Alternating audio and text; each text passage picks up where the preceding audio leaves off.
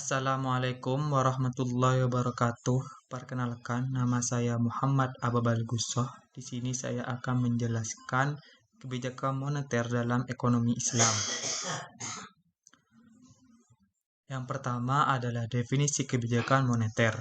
Definisi kebijakan moneter adalah peraturan dan ketentuan yang dikeluarkan oleh otoritas moneter untuk mengontrol uang beredar, inflasi, dan untuk memelihara stabilitas ekonomi suatu negara.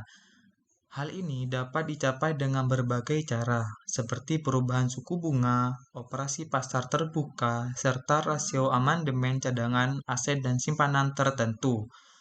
Kebijakan moneter adalah suatu kebijakan yang diambil oleh bank sentral dengan tujuan memelihara dan menstabilkan mata uang agar perekonomian negara tersebut tidak anjlok. Kebijakan moneter dapat dilakukan dengan mengambil tindakan pengendalian jumlah uang yang beredar di masyarakat dan penetapan suku bunga. Selanjutnya adalah pengertian kebijakan moneter dalam Islam. Dalam peradaban manusia, uang adalah memberi manfaat yang besar berdasarkan fungsi-fungsinya sebagai alat transaksi, suatu hitung dan penyimpanan nilai. Uang memberi manfaat bagi manusia dalam mengatasi kesulitan untuk melakukan berbagai kegiatan ekonomi, seperti perdagangan, investasi, konsumsi, dan menabung. Manfaat uang tersebut menyebabkan permintaan masyarakat akan dilatar belakangi oleh motif yang berbeda-beda, antara lain untuk keperluan transaksi, berjaga-jaga, dan spekulasi. Dengan latar belakang tersebut, pemerintah atau otoritas moneter suatu negara merasa perlu untuk melakukan upaya-upaya untuk mengendalikan jumlah uang beredar tersebut. Di dalam ekonomi Islam, uang bukanlah modal. Uang adalah barang khalayak masyarakat luas. Uang bukan barang monopoli seseorang. Jadi semua orang berhak memiliki uang yang berlaku di suatu negara, sementara modal adalah barang pribadi atau per orang. Jika uang sebagai flow konsep, sementara modal adalah stok konsep, sementara pengeluaran yang berlebihan dilarang. Penimbulan simpanan juga dikecam tegas oleh Al-Quran dan As-Sunnah. Sumber-sumber daya yang telah disediakan Allah harus dipergunakan untuk kegunaan si empunya, dalam batas-batas yang ditetapkan oleh Islam atau diperuntukkan bagi orang lain sehingga memenuhi tujuan dasar bagi penciptanya. Selanjutnya adalah tujuan dari kebijakan moneter. Tujuannya adalah untuk mensejahterakan rakyat dengan cara menaikkan perekonomian suatu negara, meminimalisirkan pengangguran, serta mengatur mata uang dalam suatu negara.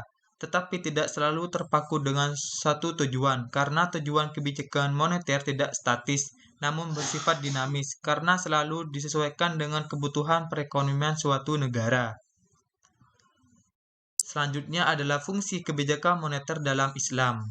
Kebijakan moneter bukanlah suatu yang berdiri sendiri, tetapi terdapat interdependensi terhadap berbagai variabel.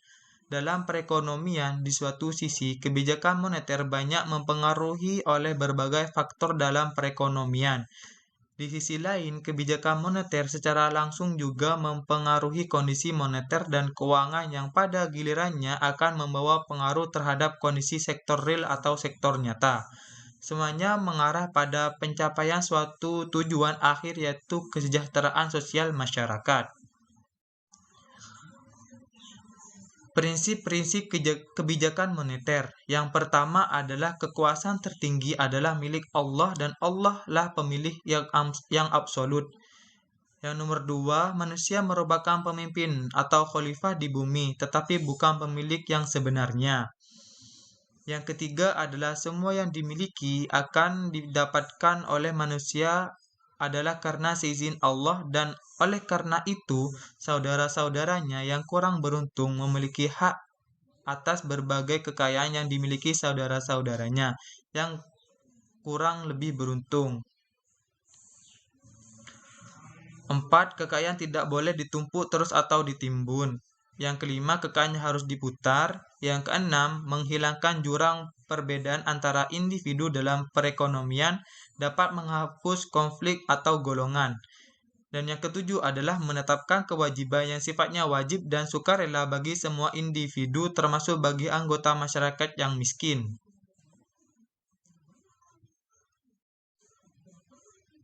Selanjutnya adalah macam-macam kebijakan moneter dalam Islam. Dalam sebuah perekonomian Islam, permintaan terhadap uang akan lahir terutama dari motif transaksi dan tindakan berjaga-jaga yang ditentukan pada umumnya oleh tingkat pendapatan uang dan distribusinya. Penghapusan bunga dan kewajiban membayar zakat dengan laju 2,5% per tahun tidak saja akan meminimalkan permintaan spekulatif terhadap uang dan mempengaruhi efek suku bunga, tetapi juga akan memberikan stabilitas yang lebih besar bagi permintaan total terhadap uang.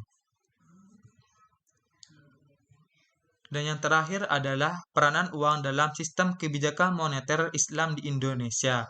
Dalam ekonomi konvensional, fungsi uang disamakan dengan komoditi sehingga menyebabkan timbulnya pasar tersendiri dengan uang sebagai komoditinya dan bunga sebagai harganya. Pasar ini adalah pasar moneter yang tumbuh sejajar dengan pasar real, berupa pasar uang, pasar modal, pasar obligasi, dan pasar derivatif. Terdapat perbedaan dalam sistem moneter konvensional dengan sistem moneter Islam. Perbedaan tersebut diantaranya adalah dalam hal instrumennya. Di dalam moneter konvensional, instrumen yang digunakan adalah suku bunga, sedangkan instrumen dalam moneter Islam berbasis pada bagi hasil. Lebih tepatnya kalau konvensional adalah menggunakan sistem bunga, sedangkan di dalam Islam sistem bunga itu sangat dilarang karena memiliki hukum riba. Di dalam Islam sendiri menggunakan sistem bagi hasil atau loss and profit sharing. Sekian penjelasan dari saya tentang kebijakan moneter dalam ekonomi Islam. Semoga bermanfaat. Kurang lebihnya mohon maaf. Wassalamualaikum warahmatullahi wabarakatuh.